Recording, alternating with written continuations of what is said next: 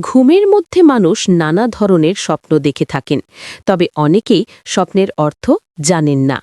অনেক সময় স্বপ্নে খারাপ কিছু দেখলে আতঙ্কে থাকেন, আবার ভালো কিছু দেখলেও খুশি হন। তবে কোন স্বপ্ন কোন ইঙ্গিত বহন করে তা অনেকেই জানেন না।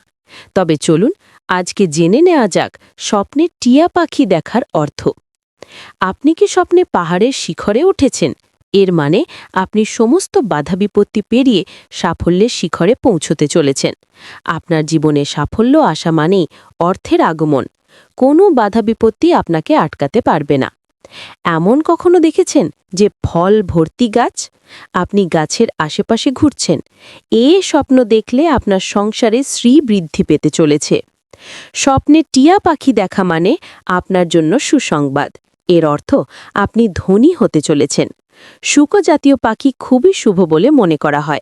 স্বপ্নে মরা পাখি দেখাও নাকি শুভ।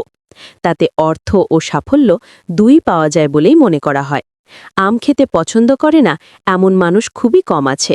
ফলের রাজা এই আম স্বপ্নে দেখা খুবই শুভ। বলা হয় এতে অর্থলাভ হয়, আবার সোনা কিংবা হীরের গয়না পাওয়ার সম্ভাবনাও থাকে।